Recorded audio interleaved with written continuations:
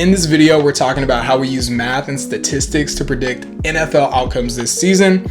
And don't worry, you don't need to be a math major or have a background in statistics to understand how this model works. I'm going to try to break it down in plain English so anybody watching this can understand how to gain some alpha, how to gain some edge, and make better predictions on what's going to happen.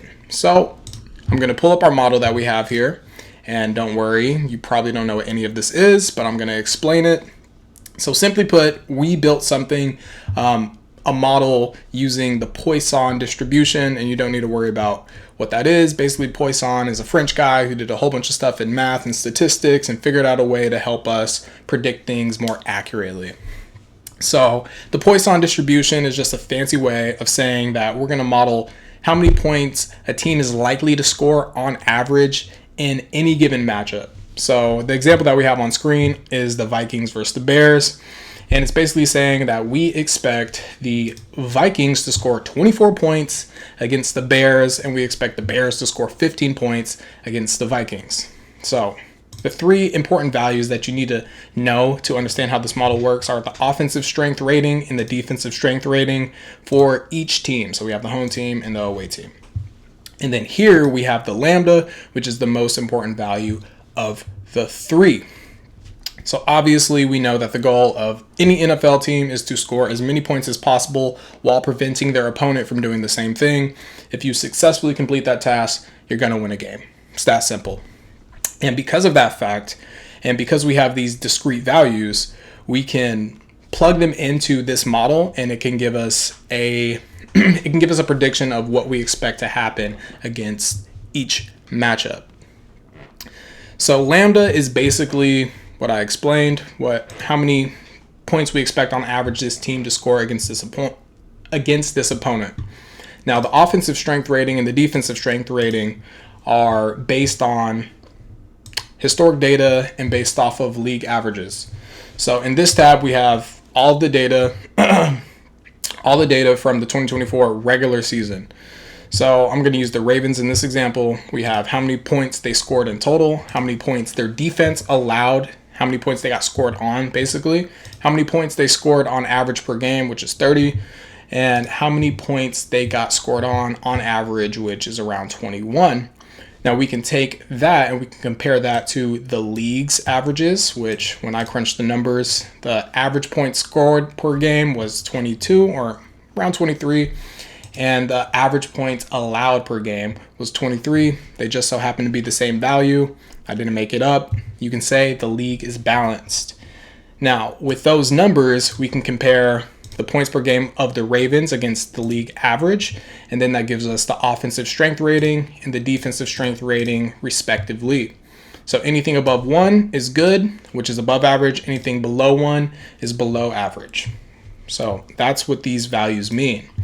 Now the lambda compares the offensive strength rating to the defensive strength rating and the league's points per average to calculate how many we expect each team to score against each other. So with that, we can make this grid right here that you see, and we can also get this win percentage or win probability that we expect to happen against any given team. Let me zoom out. So let's talk about what this grid means. This is basically a heat map, which is the Poisson distribution model. And basically these values mean what is the probability that the home team is going to score X amount and the away team is going to score X amount in each of these cells. So the green is the highest probability, the red is the lowest probability. And what is this? The Vikings versus the Bears. So we have the Vikings on top, how many points we expect them to score in this matchup, anywhere from 14 to 34. And the Bears, how many points we expect them to score, which is 6 to 26. So the green represents the highest probability outcome. And here we have, let's just take this one, 24 points for the Vikings against the Bears, 15 points. Basic math says that the Vikings are going to win, which gives us this summary up here. Now, that's basically how the model works. And obviously, we know that this is a super, super simple, very binary model, only being fed two values, points scored and points allowed. And we know that the NFL is more complicated than that and more complex, which is why this is just the first version of this model that I'm going to continue to build on and iterate on. And we're going to layer on more complexity to make this thing more accurate and predict with, higher accuracy. I'm going to add things like home field advantage. We're going to add things like split statistics, away versus home. How good are the Vikings on the road versus how good are they at home, and vice versa for every team. We're going to add things like QBR. We're going to add things like trades and injuries to make this thing as accurate as possible, just as a baseline model. And then from there, continue to iterate upon that to be able to predict who's going to win football games. So with that being said, that's how the model works. Let's go through each matchup this week and predict who we think is going to win. Now, it's Saturday and we've already played 2 games this season, and we're just going to see if our model was right about those games that already occurred. So our first game was the Eagles versus the Cowboys. So let's pull up the Eagles and let's pull up the Cowboys and see what our model says is going to happen. This one should be relatively easy. There you go. 99% chance that the Eagles are going to win that game, and that's exactly what happened, even though in real life the game was a lot closer. Then we had another interesting game, which was, I'm a Chiefs fan, by the way. We had the Chiefs versus the Chargers. So let's put in the Chiefs versus the Chargers. So we got, in here, our model is predicting a 66% chance that the Chargers were going to win that game.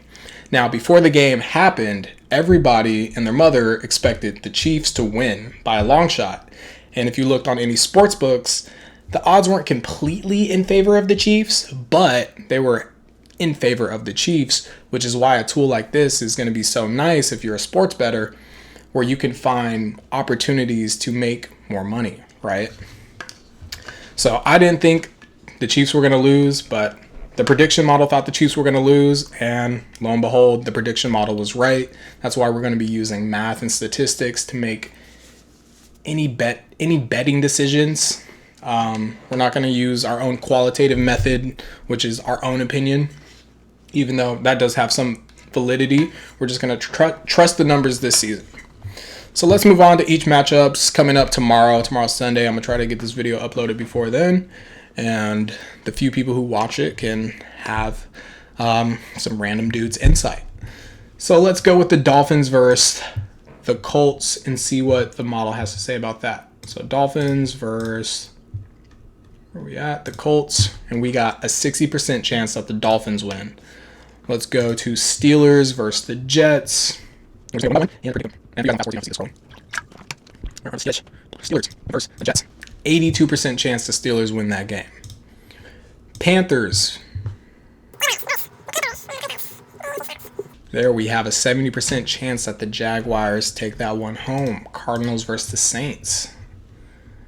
And because I don't have the away or home advantage, it doesn't really matter whether I put them in home or away for now. Cardinals versus the Saints are in the South, and we have a 77% chance that the Cardinals win that one. No surprise there. Next, we have the Giants versus the Commanders. Commanders versus.